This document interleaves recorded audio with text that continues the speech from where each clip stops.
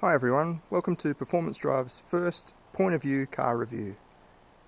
We are planning on doing a lot more of these, but we'll leave it up to you. If you want us to do more, we'll do them for every car that we review. If you don't like them, we'll just continue to do our usual 0 to 100 videos. In any case, we'll still do our usual videos as well as these. So to kick off, we're going to review this. It's probably the longest named car you can get in Australia at the moment. It's called the 2015 Holden Commodore SSV Redline Craig Lowndes Special Edition. Essentially, it's a MY15 SSV Redline, which has been garnished with a few bits and pieces, apparently inspired by Craig Lowndes. So you can see the black decals on the bonnet, the black grills at the front, the black stripes down the side with the Craig Lowndes emblem, the big black spoiler at the back, and a special badge. I'll just zoom in for you. But it looks very good. It looks very imposing, different to the normal SS. Some have even commented that it looks a bit like a HSV, and you can't really blame them with these 20-inch alloy wheels that kind of remind us of the old Club Sport wheels.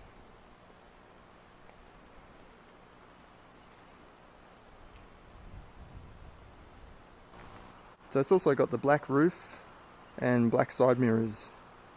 It doesn't really matter what colour you pick, aside from black, you're going to get that real contrast racing look. Under the bonnet sits a 6-litre Chevrolet V8 producing 270 kilowatts with the manual and 260 kilowatts with the automatic. The automatic comes with cylinder deactivation technology, which saps about 10 kilowatts.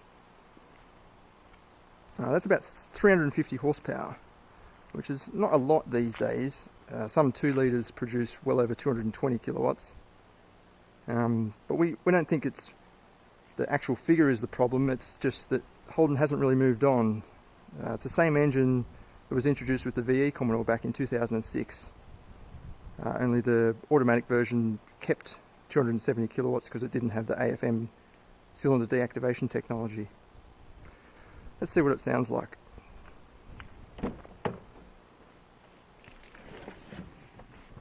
So it's just a push button start.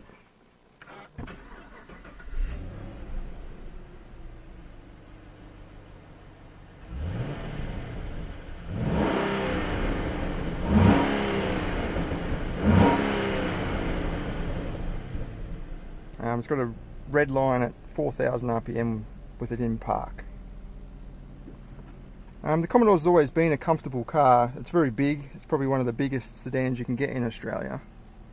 And the VF, they've improved it vastly compared with the VE. All this dash is new, the MyLink interface, which comes with different jump to buttons, a few different applications.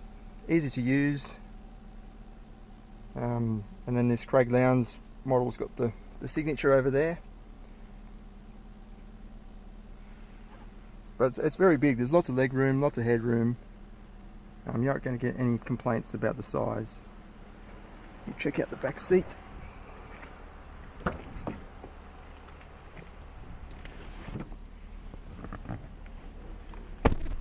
So again, you've got plenty of room. Like, look at that leg room, it's huge. Even the headroom is good, although this model with the sunroof, the trim does bulk down a bit in the middle. But you could easily fit 3 adults in the middle. I'm fairly short, 170 centimetres, but there's plenty of room.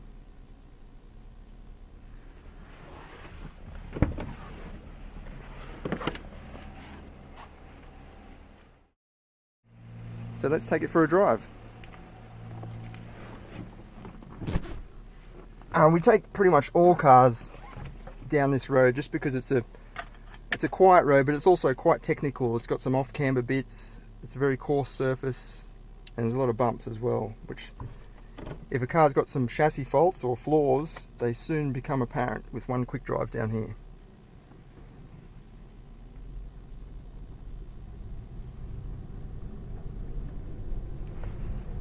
So you can adjust the seat height with the electric button on the side. You can get a real hunkered down position. Unlike the Ford Falcon competitor, that sits a bit high for our liking, whereas this, you definitely sit right in the car. So new to 2015 are these paddle shifters behind the wheel. It's still the same gearbox, but you just get the convenience of having these paddles right here. On the down changes you do get blipping of the throttle to try and match the revs, which makes you feel like a bit of a racing car driver. So I'll start with the stability control left on, so we can see how that reacts and see if it actually intervenes. But I'll put it in sport mode, which is just clicking the lever over to the left and you get sport mode on the dash. This is still automatic, it'll change up and down by itself, but it just holds the revs a bit longer. And as soon as you click one of the paddles, it turns into a manual mode where you have to change gears.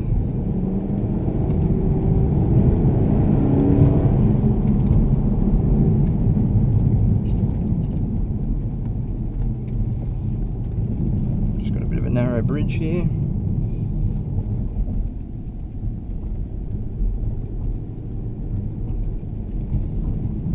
But it's not a super fast gearbox. It changes down good. It changes down quite quick. It's rev matching. Seems very well synchronized. But then the upshifts, it tends to slur up gears, just like the old one. A nice new 8-speed automatic would be fantastic in this car. But given the Commodore will go out of production in 2 years, it's probably going to be a cost that GM doesn't want to incur at the moment.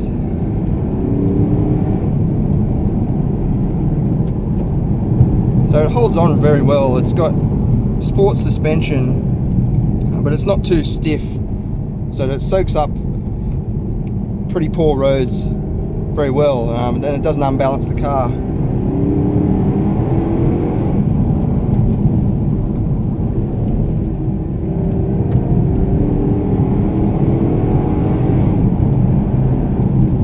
Unlike some European cars which are quite jittery down this road, this just irons over the bumps. Sure, it's not as precise as some European offerings, but it's very easily controllable and it's friendly. Anybody can drive it pretty quick and not feel sort of frightened by its power or its ability.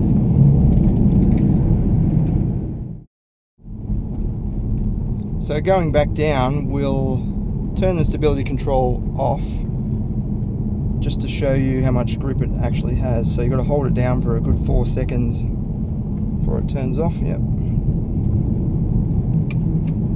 Put it back into sport mode. Hit a paddle to get it into manual.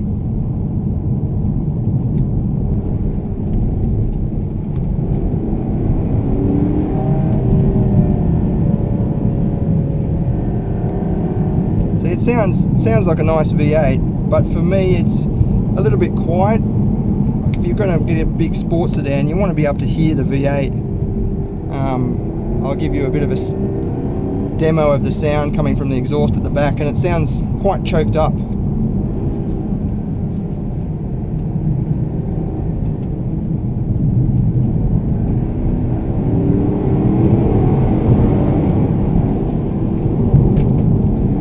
Remembering this stability control's turned off,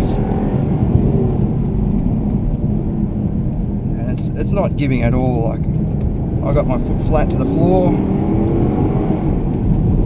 and there's no chance that it's going to kick out or start losing traction or anything like that.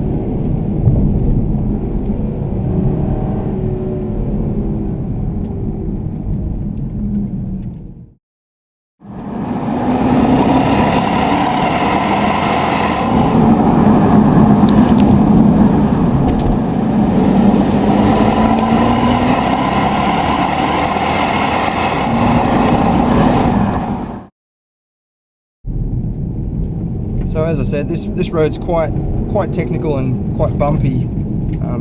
Unsettles the car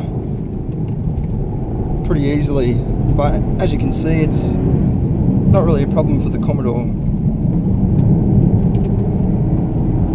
That's flat to the floor and it's having no trouble at all. You can probably tell by my voice that the bumps are sending ricochets through my backbone, but it's not really the car's fault. If you come down here in a European car, you pretty much can't talk because it's that firm, that jittery. You can power slide it and drift it, of course, but you sort of need a bit more room. It's not as precise. You can't fingertip control. It'd be better on a racetrack where you got a bit more room.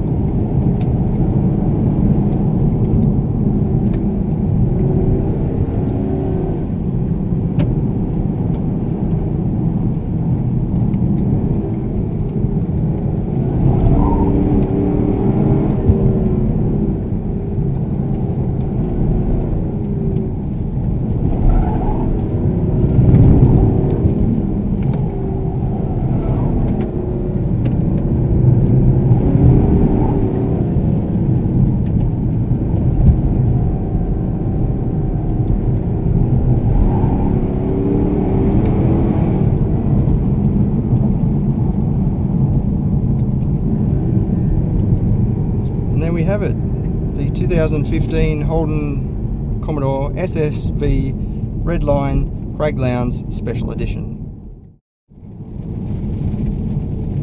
Looks like we just made it in time.